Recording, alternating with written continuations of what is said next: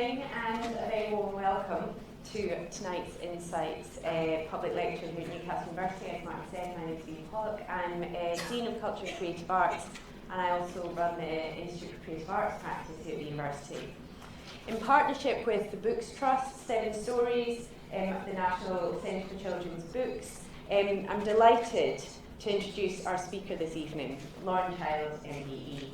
Lauren, as I'm sure you're aware, is an award-winning artist and writer of books for children and young people. She's the creator of much-loved characters, including Charlie and Lola, which was made into a BAFTA award-winning animation series by the BBC, the Utterly herself, Clara Bean, and the girl genius, Ruby Redford. Lauren is currently the Waterstones Children's Laureate, a role which recognises an eminent writer or illustrator of children's books to celebrate outstanding achievement in their field. And Lauren's artistic practice, of course, combines both words and images. She's been at the forefront of innovation in children's books for 15 years and a true champion of children's books as an art form. She's been using her time as Children's Laureate to highlight the importance of creativity for both children and adults, for everyone and everywhere. And that's what she's going to be focusing on this evening in a talk which I think will remind us all that sometimes we just need to stare into space. So I'm delighted to say that Lauren will also be signing some books after the talk this evening, and there'll be the opportunity after the talk for you to ask questions.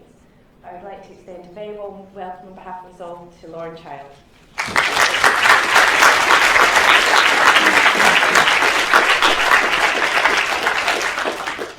Thank you very much, and thank you for asking me to be here. I was really going to talk about perhaps the thoughts I've been having since I was asked to be Children's Laureate, which is a wonderful honour, but it's also quite a big role, and you have to sort of think about what it is you really believe in, and it's a lovely opportunity, but it also kind of weighs heavy as well, because I sort of want to say something that perhaps means something just beyond me. So I started thinking about what do you think about when you think about nothing, and do we ever think about nothing? And how would you even know if you were thinking about nothing? And if we think about nothing, well, we're just dead. You can't know this, and I've tried meditating, and I'm not very good at it, because even when the secret transcendental mantra does make me think of a Japanese source, and that does take me away from the higher planes I'm meant to reach. And it's always been that for me, I think.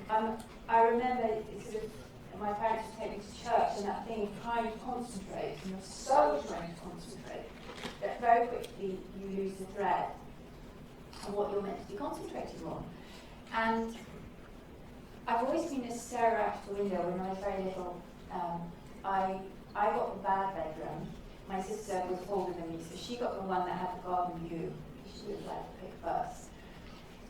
But actually, I think I got the best room, because we had, opposite my bedroom, we had a primary school, a secondary school, a centre for people with really severe learning difficulties, and we also had a petrol station. We also had the neighbourhood, it's a very busy neighbourhood, so lots of neighbour activities. So I was, rich pickings to someone who is very nosy. And I got to see a lot of things. And right opposite my bedroom window was our neighbours just across the road, and our neighbour was a builder. And I watched him build a wall very, very slowly. And I didn't know if this meant he was a remarkably good builder, because he was always in high demand and couldn't finish, or whether he was just a procrastinator. Either way, his wife left him. And I don't know if it had anything to do with the wall, but it was noted. And the other thing that I realised about windows, they're so wonderful. As an artist, and I was always an artist as a child. I loved drawing. It's the way that they frame everything. So when you look through, when you move to one side or the other, it gives you a different cut. And how sensitive you are to where you want the tree to be placed when you look through the window, and how things near, if you keep spider plants and spider on the windowsill, how things go in and out of focus. And I think that was very important to me. And children spend an awful long time indoors as well, in your room. And so all these tiny details become very, very important. And staring out the window did not change for me when I got older. So I was in my 20s when I wrote this book called Clara's Bean, That's Me. And really, a lot of this book came out of my easily interrupted thought, because I was constantly listening out. I remember I was living in a shared house in London, and my room was quite high up.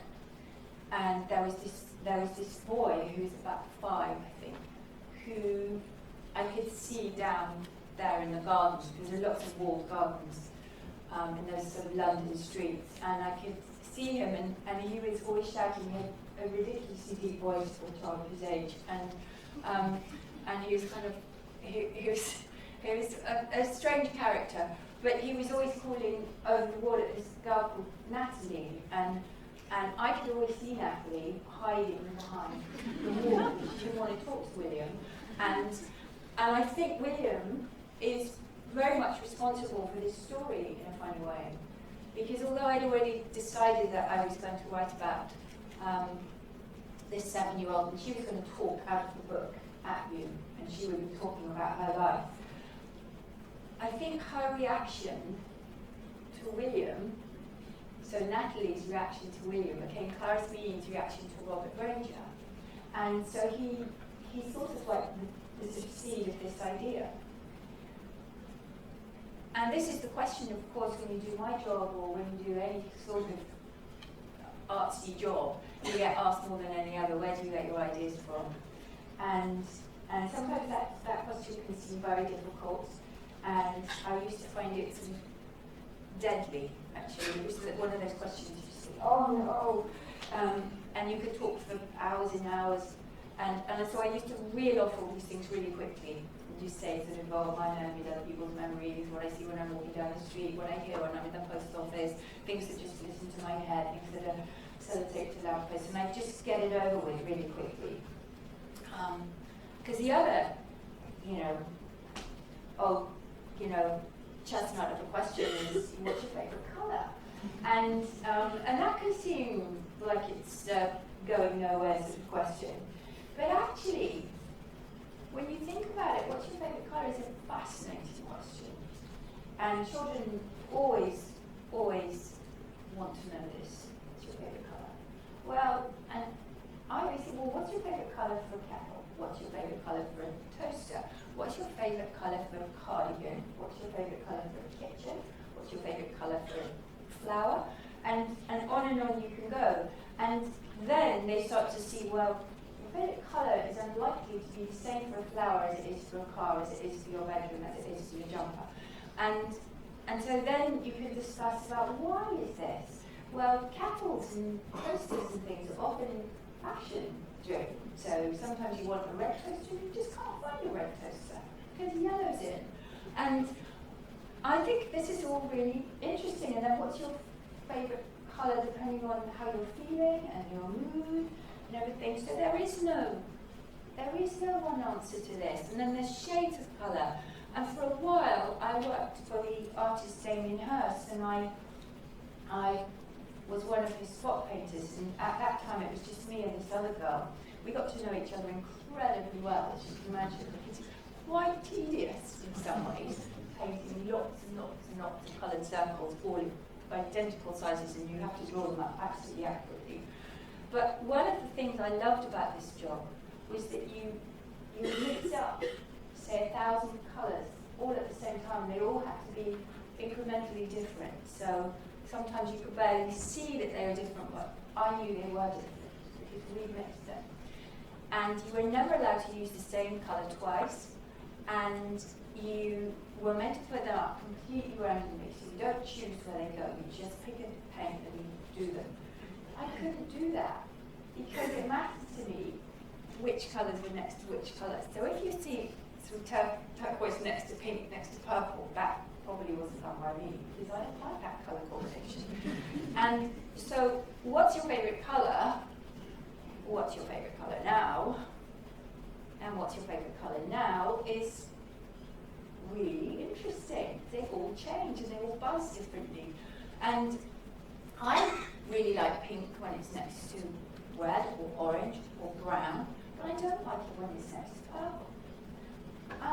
Actually, I don't really like purple very much.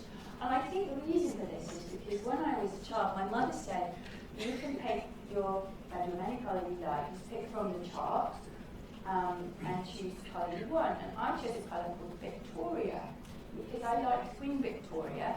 I thought it was a nice name. I was doing a project on the Victorians. I didn't realise that actually the colour was the Victoria plum. And so essentially I just ended up living in a giant plum, and it has caused me to sort of rather shiny purple if at all possible. And so that's a sort of, it's a funny instinct now in me, just not to choose anything purple. And so that's a sort of unconscious sort of memory that has sort of become part of who I am. A very conscious one was when I did this book called I Will Not Ever Never Eat a Tomato, about children. She's probably about 3. I think he's probably about 7. And she's one of those sort of wide-eyed children who's always asking questions.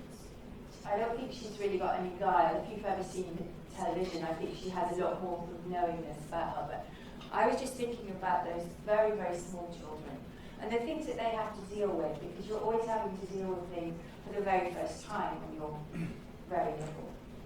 And I thought back to how I used to feel about food. Because food played such a big part in my life as a child. And I liked food, but I didn't like all food. I didn't like food touching different foods, which a lot of children do. I didn't like it mixed up. So pies were a very, very dangerous food stuff, because you never know what's beneath the surface.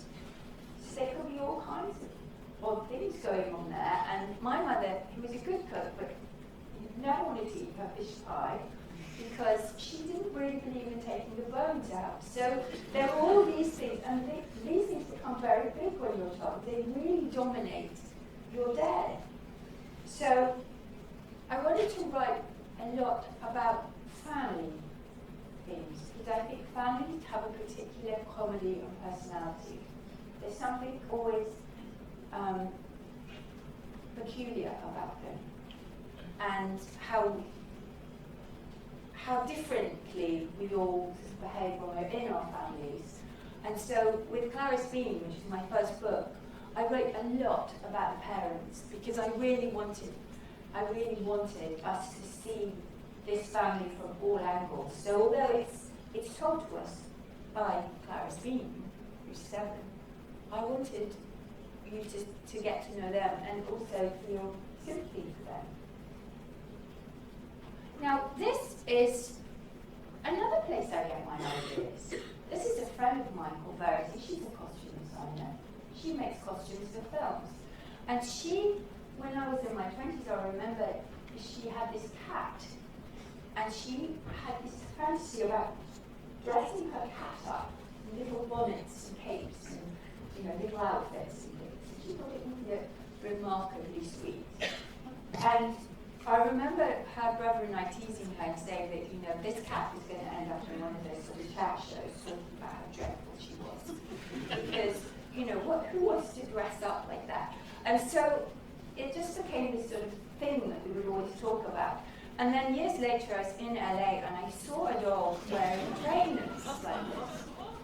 And it made me think about how awful it must be to have absolutely no control over your life. And how embarrassing. You're a dog and you have to wear these tiny little shoes. And I started to think then about a character in the book, and I wrote this book called Who Wants to Be a Poodle? I Don't. And it was really about a poodle who would like to be a real dog, as she sees it, called Nasher or Gripper or Grabber or something, really tough, but she's called Trixie Twinkletoes Trotslot Delight. And there's nothing she can do about that. And actually, I was writing about something quite serious, which you can easily do when you use an animal as your main character, and that's why you see it so often, because you can talk about tragic things or difficult things.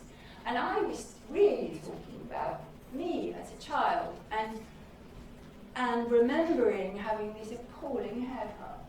And this was the one and only time my parents decided to take us all to have a professional portrait taken. So that's a really big deal, because that's the picture that ends up on someone's mantelpiece or whatever. And it costs money and everything. So why did they do this to me? And I didn't feel like me. I was very unhappy, as you can see. We never had this picture on our mantelpiece because it's stressful. And actually, that's what so many children are having to deal with all the time. It's not necessarily about things that don't matter so much as a haircut, but you're having to go to school and you're having to deal with situations that you find awkward or difficult, and as a parent, you can't be there. You can't be there with your child all the time, and there are just certain things that we all have to do that we don't necessarily want to. So that's another place that ideas come from. But they also come from the extraordinary, just walking past someone in the street, and you overhear a kind of tiny snippet of conversation. And this was, actually my friend David heard this. I'm embarrassed to stay in my own area, not far from my house. I didn't even know what an olive was when I was a child, but this is a 9-year-old said this. It's quite freaky. But, it's interesting. You're thinking, what's going through your head? And then you see these things, these amazing things. You can see roads completely covered in this extraordinary code, really. And it is code. It's code for the council to come dig up your road again. But it's beautiful at the same time. It's like a wonderful piece of modern art. And then I've been thinking about how we react to things that we see dropped as well. Because we're always having these little mini reactions to things. And we're not really conscious, we're not really aware that we're having them. But when you see a child's toy perhaps dropped like that on the pavement, and what you feel about it. And do you just react like, oh, I remember having a toy like that, or my child had that toy, or if you're me, I always think, oh, poor giraffe. And but we have a reaction nonetheless. And so I was trying to do this with my website, is get children or anyone to sort of start looking down rather than just walk along looking like this or plugged in all the time, to actually just notice things, because that's also where ideas come from. And the very first day I did it, I saw this. And it's extraordinary, the feeling you have when you read those words. It was for a beauty salon, of course, but it seemed like it was a message from God or someone, And I thought how much better we would all feel if this was just posted through our letterbox every day. You were the best, and lovely affirmations, and you kept seeing them, because we can't help but sort of feel it's a bit like a fortune cookie or one of those love heart sweets. The message on it seems to be more than it, seems to feel more than it really should. It actually connects with us in some extraordinary way. But these are just not the ideas, these are the fragments of ideas. Everything I have said about William in the garden, or a dropped toy, or a bad haircut, they're all particles of ideas. They are not the idea. And that's when I realized I had been saying the wrong thing to these children, that actually this is not where I get my ideas from. Where I get my ideas from is staring out of the window. It's the idle time. It's the time when I should be doing something, I should be being creative, that I should be being more productive. And I just start sort of daydreaming or staring boredly into space. And that's when my mind starts connecting thoughts and ideas collide and make a whole. So little fragments start to make something more important than those little bits. And it all starts to make sense. And I think of time wasted. So I got this note through in a little envelope, all torn up like this.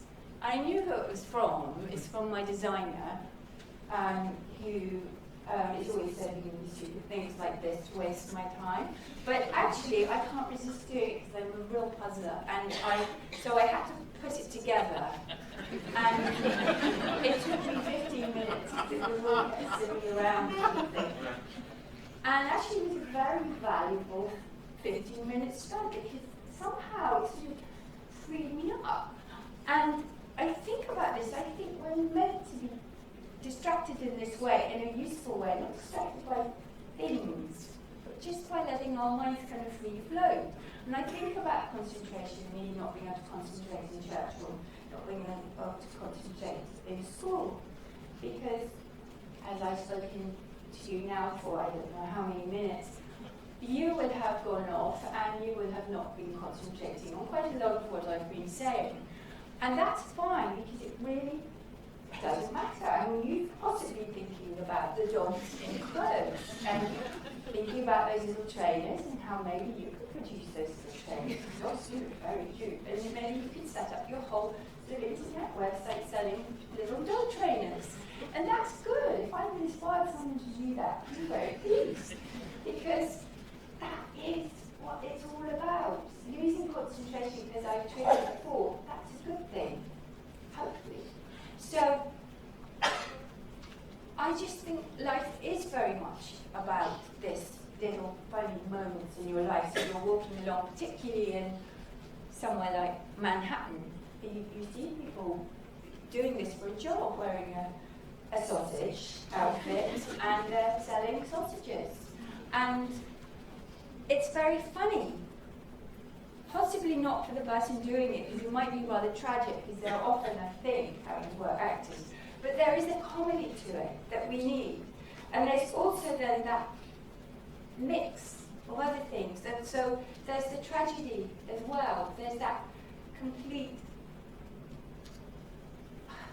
that really moving thing about illustration as well. An illustration for children. And I don't think I have really honestly seen a better depiction of grief and loss than this picture by John Burlingham.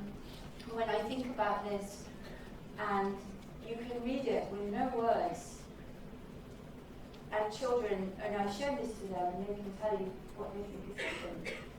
And the emptiness of the chair, but the chair is in colour, and the child is in black and white, because the child is feeling hollow and alone, but the chair is still sitting there, but without the person who's meant to be sitting in it. And it's incredibly profound, and it is like a beautiful piece of poetry. And so I am championing illustration, and particularly children's illustration, as an art form, and it's often not seen as that. But I think it's a great shame if we dismiss it and don't see it as an art form, because I think in a way then we're dismissing children as having important thoughts and being worthy of important thought. This is someone else who I think illustrates beautifully and makes us think. So this is a book by Laura Carlin. It's called A World of My Own. And I love it because it's demanding that we take part in the book, because it's asking questions, and it's making you think, and an adult can enjoy it as much as a child. And you go through the book, and it's talking really about towns and communities and what makes a home and a street and a city. And it's so beautiful, the way that she talks about it and the way that she shows found objects and how they can make a landscape. And this is Sarah Finelli from Herbert the Onion's Great Escape. And she's asking, how long is a minute? And if I ask children this, then someone will always put up there and say 60 seconds. And I always say, well, what about how long is a minute when you're really desperate for the toilet? You know, how long is a minute then? How long is a minute when you've got a minute to catch a train? And they're different, and minutes are different all the time. So there is no such thing as just how long is a minute. I mean, it's not 60 seconds, it's anything. And how long is a minute when you're feeling desperate and sad, or how long is a minute when you're having great fun? And I think it's important that books are written like this for children, because they help you solve problems as well. And it's a valid question. And just as I think with the Peanuts characters, they're remarkably philosophical.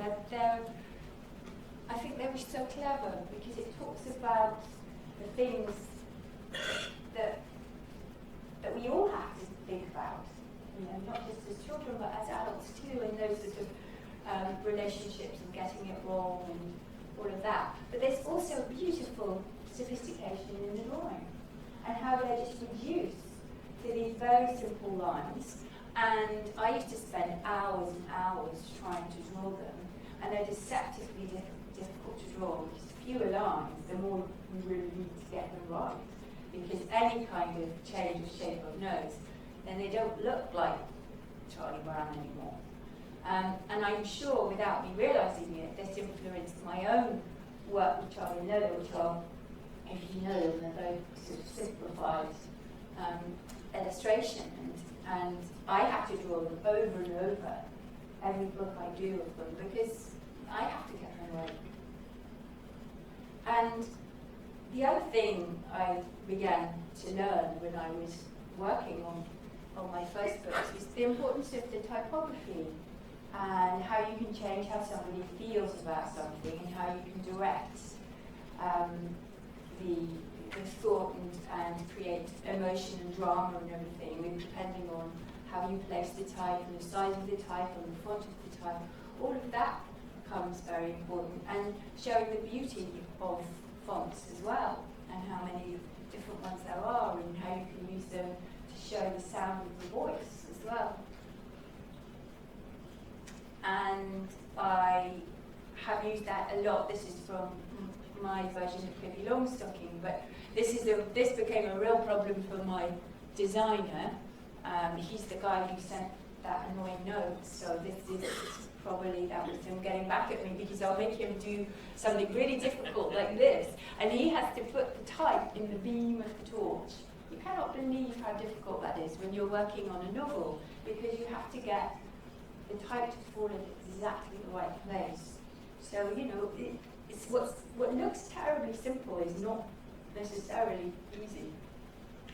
And this is an artist called Myra Kalman. She's an American illustrator and artist, and I love her work. And she was married to a graphic designer, and I always loved how she would use type and typography to sort of generate a character.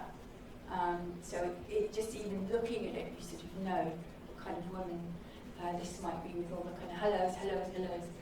And she's one of those difficult receptionists that one sometimes meets. And I learned, I think, a lot from looking at her work and realising that you can use illustration as typography as illustration. So this illustration doesn't work at all without the type.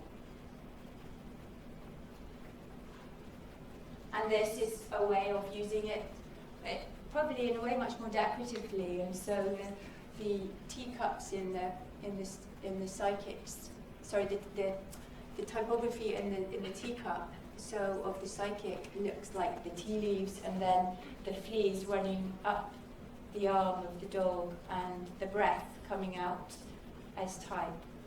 And also you'll see a lot of pattern in there, and I've always loved textiles, and I'm sure that also came from, in fact my mother did a lot of dressmaking, so we had a lot of snippets of fabrics everywhere. But I think it also came from the fact that my father, he's an artist and art teacher, and he loves nothing more than going to art galleries. And so I feel I've been to more art galleries than almost any child ever born, because we would go wherever you saw an exhibition, we had to go. And sometimes we were a bit resistant to it, but sometimes, and obviously as I got older and older, I began to really see what I loved. And in this pattern, in these paintings by Matisse, this was the sort of time in his career that I particularly responded to, because I loved the way he did these painted these interiors, and I think they are almost like illustrations in some way. And I do think there is a real crossover between illustration and fine art, and I think what I loved so much and what I learned from looking at them is what creates the room and the light and what you're seeing that's very peculiar and particular. So that table, you feel like you can find that table, you know that table and that chair, and I could probably go into a house and pick those things out. And then knowing that just hinting at what the railings look like outside the window gives you a real sense of the apartment. And this is a picture from my new book, which is an illustrated version of Mary Poppins, and I think all of that from looking at paintings goes into my work and understanding what it is I want to take and what makes something peculiar and particular to me as well. And sometimes we go to the galleries and we weren't interested in looking at all these paintings, and you're very resistant to it. But the very fact that you're in this space and how the feeling of how it dominates you and how small you can feel and the architecture, that's all part of it. What your shoes sound like on the floor and just the clip-clopping sound of your shoes, that's all part of it. And then as you get more and more familiar with the idea of going to these places, you start feeling like they are places for you. And I think that's really important to children as well, to feel like they belong to you, because galleries belong to everybody. And I definitely feel that. And then the more I went, the more I began to understand how many different ways there are of making a painting or doing a portrait, doing a still life. There are so many different ways to express yourself. And I think that really, really meant something to me as well. And I could experiment with ideas and have favourites. And this was one of my favourite pictures. It started off as me looking at it. It's kind of Mrs. Bonar in the bath, and I just saw it as this poor woman just having to lie in the bath, and everyone's looking at her in the Tate Gallery. How dreadful that must be. And I used to just not quite be able to look at her. And then, because my dad was very good at explaining things, he said, but it's not about a woman in the bath.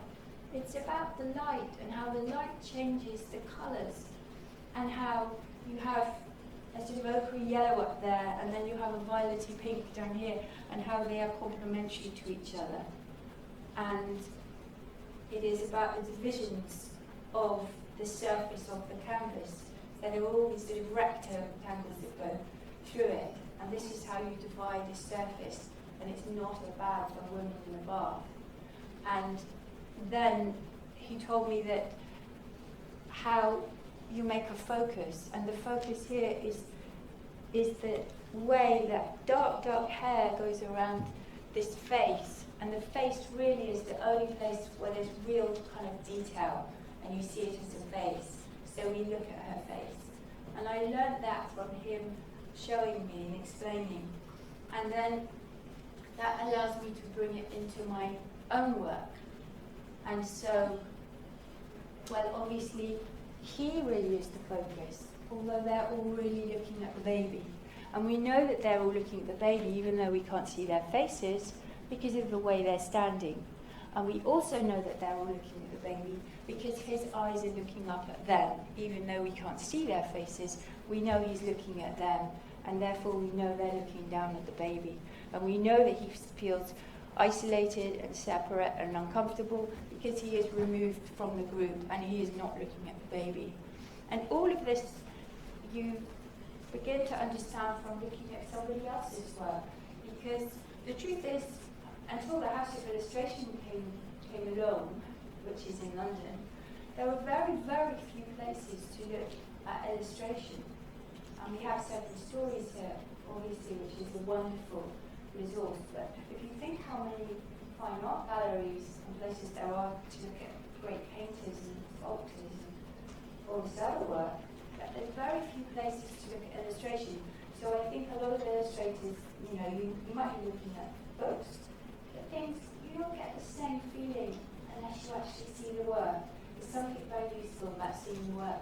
So I look a lot at fine artists. And it comes into everything, that sense of design. So these were covers, first covers for my Review Airport series. And I wanted to take the books far away from me because they're meant to be written by somebody else, really, and they're thrillers. So I wanted to do something else with the books and give them a really much more comic book feel, much more graphic novel type feel. And so my designer and I, we just looked at all these other kinds of book jackets and things. And we were thinking about those wonderful Raymond Chandler books, and then you've got all the Nancy Drews and the comics, Alma Leonard and everything. I was thinking back to that and then where they take you as well, because my series was set back in the 70s, and it was for a very good reason that very hard to write a thriller in modern times because there's always ways for someone to be rescued, just pick up your mobile phone and say, oh, would you come and help me, I'm stuck. And I didn't want that out for her, so I set it in sort of early 70s. And so I wanted to give that sort of, that cue in just the way that the covers were done. And these film posters as well, they're very evocative, you get such a sense of the times with that these Hitchcock ones, and then obviously the Bond one, which is so sort of iconic. The thing about these films were also very, very influential to my writing that series, because I was looking to write something very actiony. I wanted it to be quite exaggerated as well. I didn't want it to be real. I wanted to take the reader to another sort of world that isn't real, but I wanted you to believe in it. And I was thinking about the Bond movies and how really they have no jeopardy, because you always know he's going to live. It's never really a question, and you can be pretty sure that most people who aren't always in it are going to die, and that's very much how it is. Whereas when you watch a Hitchcock movie, and this one I always talk about, which is North by Northwest with Cary Grant, the reason there's so much jeopardy in it is because you really believe that he's a real man, because it opens with him about to go off and meet his mother for a nice supper somewhere, and then he's bundled into a car. It's all mistaken identity, of course, but he's in big trouble because he can't convince the guys who kidnapped him that he is not the person that they want. And it starts making you think, oh my goodness, what would I do in this situation? This is really bad, I don't know what I would do. But he has to start reacting, he has to start doing something. And the clever thing with that Hitchcock does is he's constantly allowing you to be him somehow, because it keeps slowing down and you have these wonderful funny moments, real high comedy, and then you have these little domestic flirty scenes, and you keep relaxing. Whenever you relax, it makes you jolt, because then you think, oh no, something really bad's going to happen now. And it's so beautifully done. And I had to think about that to bring that truth into the characters so you would really care. And so it's all very well doing something preposterous, like this is the original Disney version of Freaky Friday back in the 70s with Jodie Foster, where obviously a girl changes place with her mother, so they go into each other's bodies, which is, you can't get anything more ridiculous than that. But it works because you completely believe in them, that they are playing a child and an adult. And because Jodie Foster's such a convincing actor, she's fantastic at playing a child and making you really believe in her, because she doesn't look perfect, and you actually believe that she's got all these problems at school and it's not so easy as her mum thinks.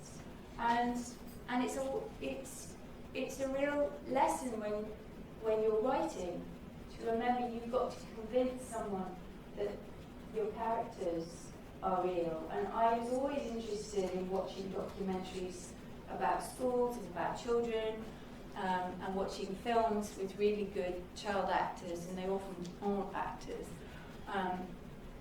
And that's why they give such a good performance, because that's how you listen to the voices. People often say, oh, how do you write the voices? Well, lots of it is simply about listening and thinking about it, and what would a child really say, and how would they really react in that situation.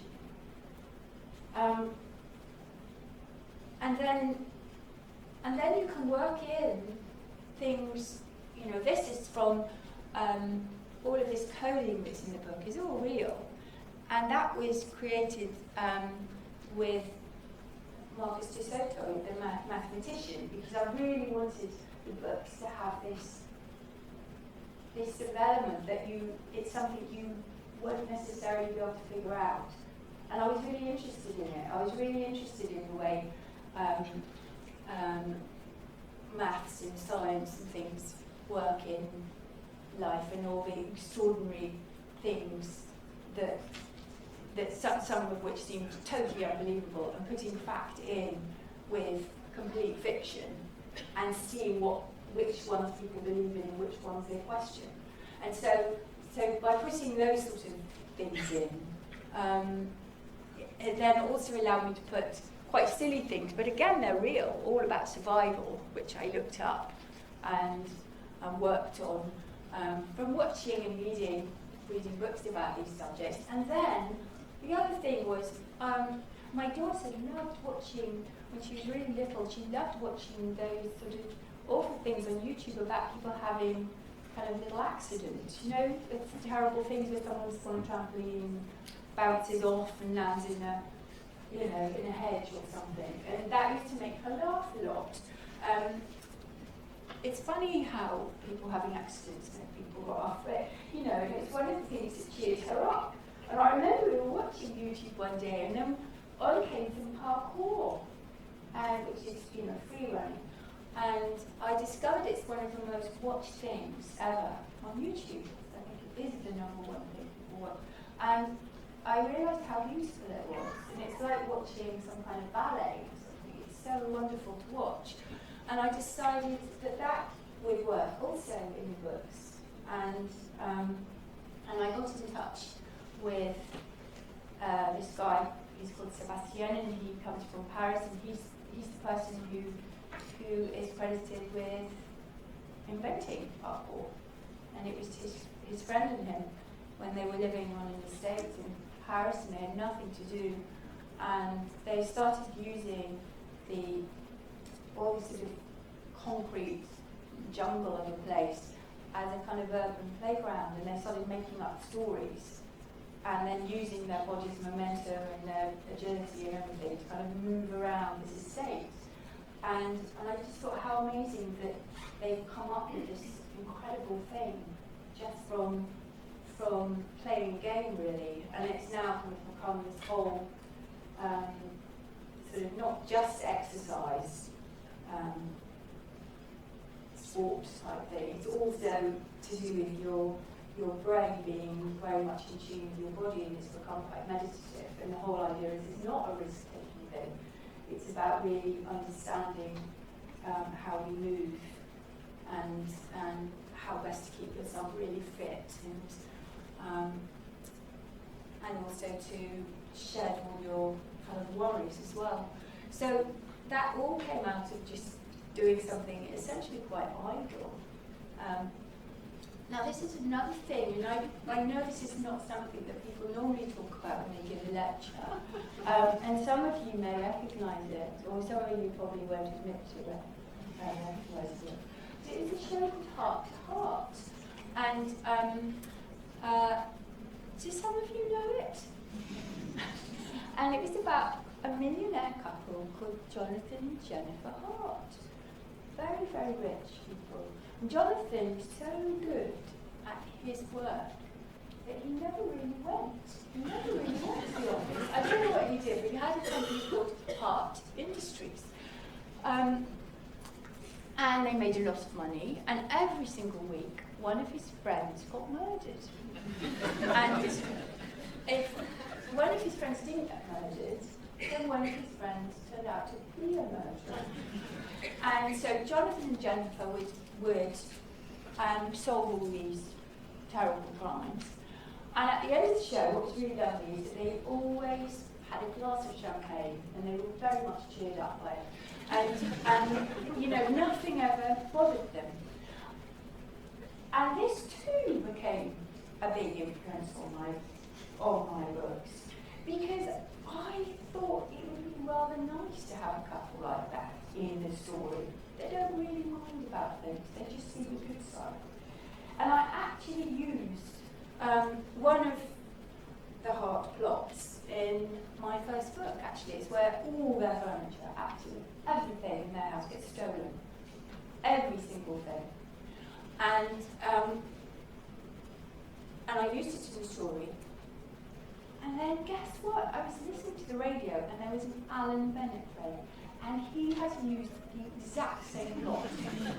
So I think we can assume that he is also a heart-to-heart. So who is to say where ideas come from? And I think watching programs like that, and I know that they're ridiculous, but it also made me really interested in settings, in architecture, and watching movies and television programs where they're set in very glamorous situations. And this, of course, is Frank Lloyd Wright's house, the house he built on top of a waterfall. And who can believe it's as old as it is? I mean, it was built a long, long time ago, but it still looks like the most modern house you've ever seen. And it's all of these things feed your ideas. And although I don't say what the houses look like in my novels, or where people are going, I don't describe everything. In my head, I'm seeing this, and I do a lot of research and things, and I'm thinking about it all the time because I'm seeing in pictures. And I think images really, can be quite life-changing. It's this thing where we're constantly moving on from picture books and illustrated books and saying, you don't need to look at pictures anymore. It's just words. But pictures do the most incredible things, and this is one of the pictures. The next one I'm going to show you is a picture I saw when I was about 9, and it completely changed my life. And And it made me never want to go in the water again. But it is a picture. It's not real. There is nothing real about the scale of it, but we can all read that picture and we all know that she is going to come to a very sticky end. And the fact that it made me not want to go in the sea, and there are a lot of people in my generation who didn't really want to go in the sea after they saw this, and I didn't even see the film. I just saw that, and that was enough.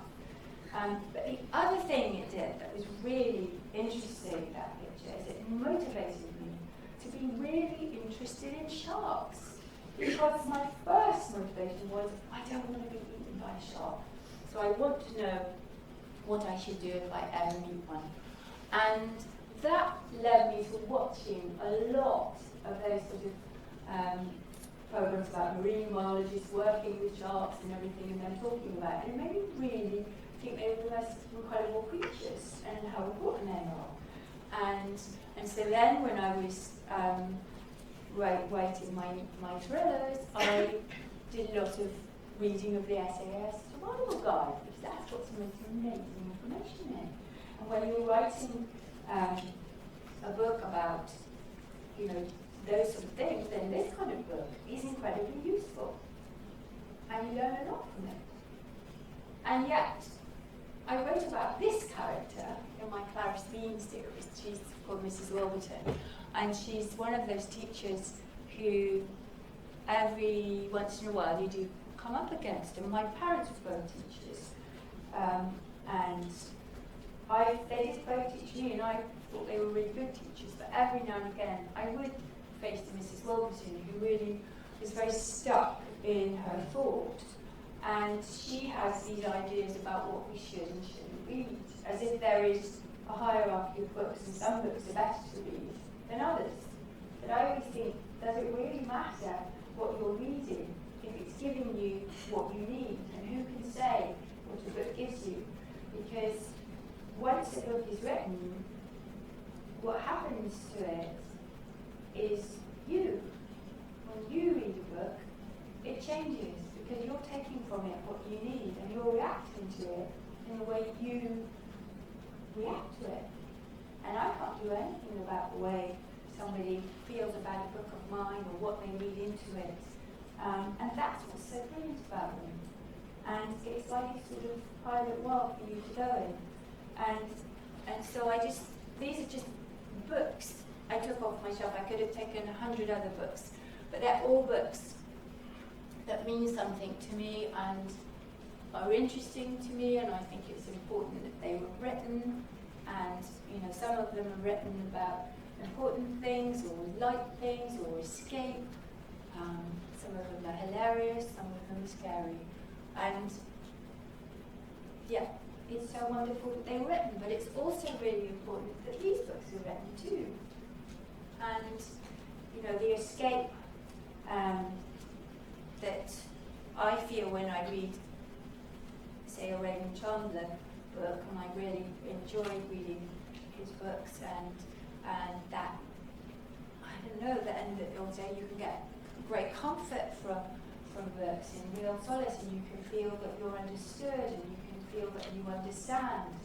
All of that is so important, because we never really know what's going on in anyone else's head, and we never really know what someone else's concerns are, and particularly for children.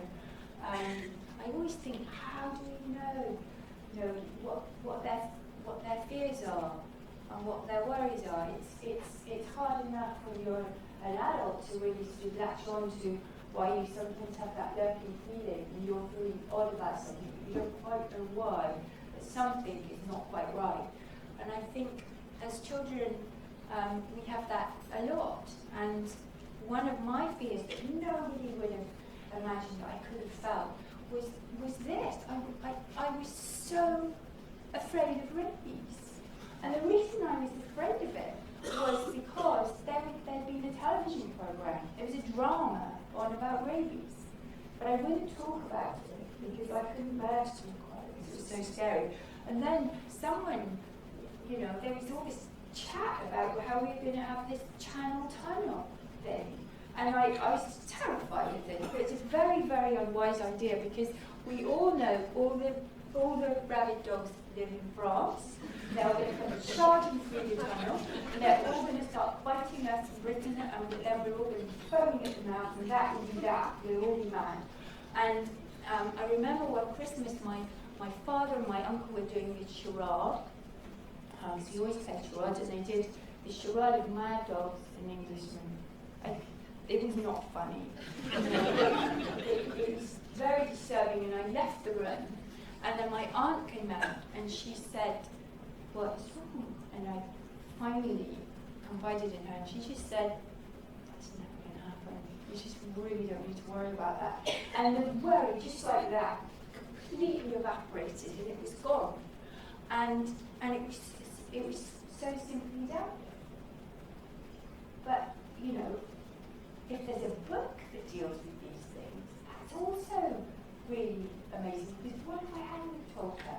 And that's why we do need these books, which are also about comfort and make you feel safe. And I love this book, Goodnight Moon, and I'm sure most of you know it, because it reads like a poem. And it also, when you don't even have the words, it reads like a poem. It's beautiful. And the artwork, I don't know why it works, I don't know why that colour scheme works, but it is incredibly soothing and beautiful to look at. And, you know, it's just an amazing piece of work. And as I say, when the illustration is good, it's like, you know, visual poetry. And a children's book, when it's really good, is like a piece of poetry. And so it is important that we also have these safe things, because as I said, you know, I went from worrying about rabies and to not worrying about rabies, although my worry was quickly followed by this worry. And she wasn't so successful at helping with this, because it's slightly unsolvable when you're a child, when you're an adult. But the way that you can feel better about it is to talk about it and to understand it. And we now have lots of environmental worries, which I know from talking in schools with children how frightening those are as well, and they're frightening for me. And then when you talk about them and say, you know, what can we do? How can we take part in this? It does make people feel a lot better. And for our children, I think that's really important, because a book like this, the Sad Book by Michael Rosen, I just think, you know, did a most incredible thing for us all, really, which talking about grief and loss and death, and it's about the loss of his son, who died quite suddenly when he was, you know, really quite old, and how Michael feels about that now, and that it doesn't just go away and it isn't just fixed. And he's actually talking about that as an adult he can sometimes feel very sad, and sometimes he can smile but he's not really smiling, but sometimes he can still laugh and he can still feel good. But that's what it's like. You don't just feel suddenly good and it's all over. And I think that's what's so important about children's books and the way that we talk to children. It should be about telling the truth, because when you're told the truth, you just feel safer. And when children feel safer, they do better, and they function better, and they, you know, their world gets brighter. But I think they do need that in their lives, and they do need that coming through from their books. So I always think it's important to discuss things, and we're not there just to make a little cozy world all the time. You've got to be able to talk about things that are important, but in a way that is reassuring, like this book is reassuring. And I think children also need that time to think, and I think we all need that time to think and to stare into space and to allow ourselves to problem solve, because that time, that's where we have ideas, that's where we connect thoughts, go inside ourselves a bit, look outside ourselves a bit, and it helps helps us to create and invent and problem solve, and that's what we need to do. And as far as ideas, you know, they're everywhere, and it's important to remember that things change and we can make things out of nothing, and that's what we're so good at. No, that's it.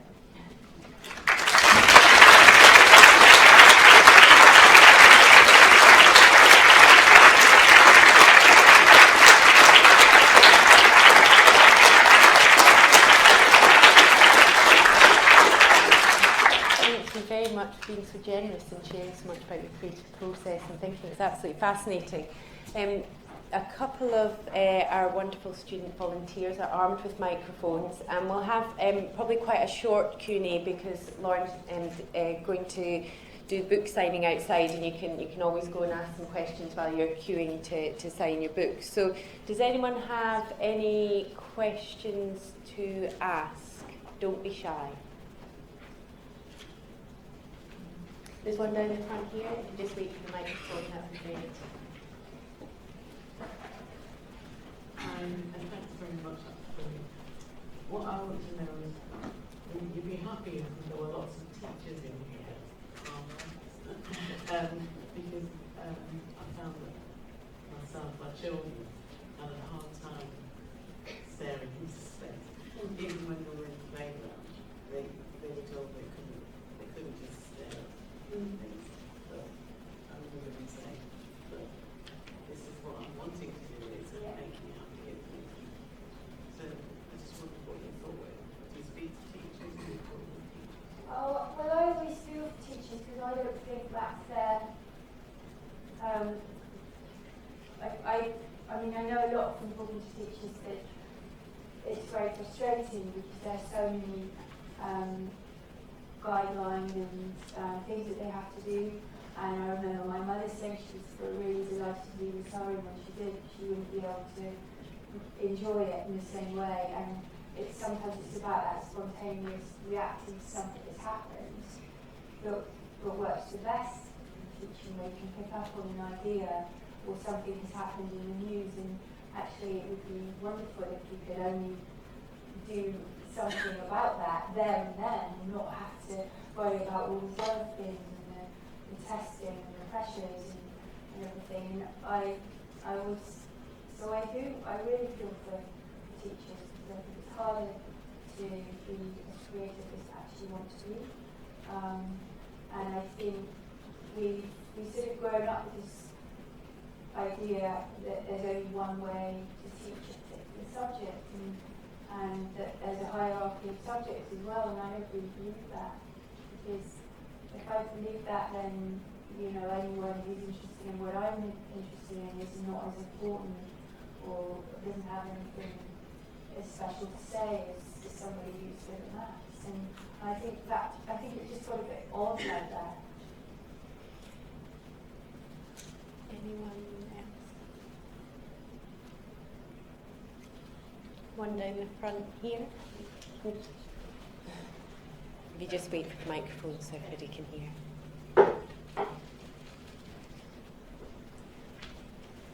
Did you mention that you read the children's story?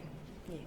I just wondered, you said at the beginning, which felt quite enticing, that you had to think about what that would mean and what you got out of it. And I'm just interested about what was going to be feel a success and not for you, what we would want to do. Oh, well, I mean, one of the things I really wanted to talk about was the importance of illustrated books and illustration in general, and how that can be life-changing for children particularly, because it's often the first piece of art that you actually not only see but hold and have if you're lucky enough to have books. And that accessibility of it as an art form and what it communicates and how it helps us understand the world. So I really wanted to talk about that because it's often not taken very seriously, and you kind of know that from, if they do ever cover the Carnegie or the Greenaway Awards, which I think children's awards are not, I mean, if you think about the Booker and the big hoo-ha about that, or the short story writing competition for adult writing, and then you look at the children, what coverage children's books get, it's really rather depressing, because I do see that as in a way a mirror to how we think about our children. You know, if we're not taking those things seriously, and I heard somebody saying something. I happened to be at the Booker Prize, and somebody said something really sniffy about the Betjeman Children's Poetry Prize, where they get to write this poetry that's just incredible as far as I'm concerned. And he was being very sniffy about it, and I just thought, well, that's so much our problem, I think, in our society, that we don't really take children very seriously, and actually they're communicating something stunning and profound, and they're telling you something. Why do you not want to hear it? And I think it's sort of the same with children's books and children's illustrations. So that was very much something I wanted to talk about. Why don't we see this in galleries, and why aren't we talking about it in review sections? So that was just one of the things. Any final question from the debate?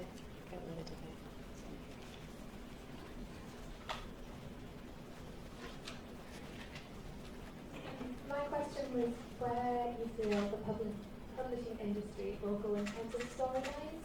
So we talked about escapism and just in terms of their lives. So, sorry, John, just in terms of where you feel storylines will go within the publishing industry. with publishers, how I feel the publishing industry is what they're taking on, or what they're Or just in general the publishing industry. So how do you think? So we've seen this big thing of escapism within storylines and representing where children, there's a lot going on in the world. They're open to a lot of things, and it's that opportunity for them to escape. So looking into the future, where storylines may will it be more real? Like, do you think it'll be more, like you're saying, that it's good to tell and be truthful? Yeah. I think we've become a lot sort of safer in a way in what we're prepared to publish, and there's a nervousness, I feel, about talking about certain things. And books about people dying have always been, I know Judith Kerr had this thing when she wrote a book about morgue dying, even that was, but it's important that we don't shy away from those things, because that's what's happening, you know, we know about it, and so I think talking about just the realities of life is very important. It's also important to write kind of, you know, fun, very silly books where lots of funny things happen. Of course, that's important too. But I think certainly there is a great trend for YA books. There would be lots of dystopian sort of stories, and that sort of follows a kind of fashion. But I do sometimes feel with the publishing industry that they're always chasing, because profits are so difficult to make in publishing now. It's very difficult for the publisher and all the people working in that field to make money from them. So it's inevitable in the end that they're going to go for what is the most saleable, the most commercial, the biggest writers are going to get promoted, and that's at the expense of interesting, new, diverse writers. And we want people from every kind of background, both economically and culturally, to be writing. We need that, because otherwise people aren't represented and ideas aren't represented, and if a child doesn't feel represented in a book, do they feel part of our society? If you'll never see yourself in a story, then you're not part of this world. And yet, if it's very difficult to make a living from the book, then who's going to come into this profession? So I think that's as much part of it as trends and things. I think we have to start thinking about how much does a book cost? How much does a book cost to produce? Are we willing to spend money? There's that too. Thank you very much for your time and generosity, and I think we're all going to be steering into space a little bit more now. There's going to be books for sale, and Lauren's kindly agreed to sign a few out in the foyer, so do join us there. But meantime, thank you very much for coming along, and if we could thank Lauren again.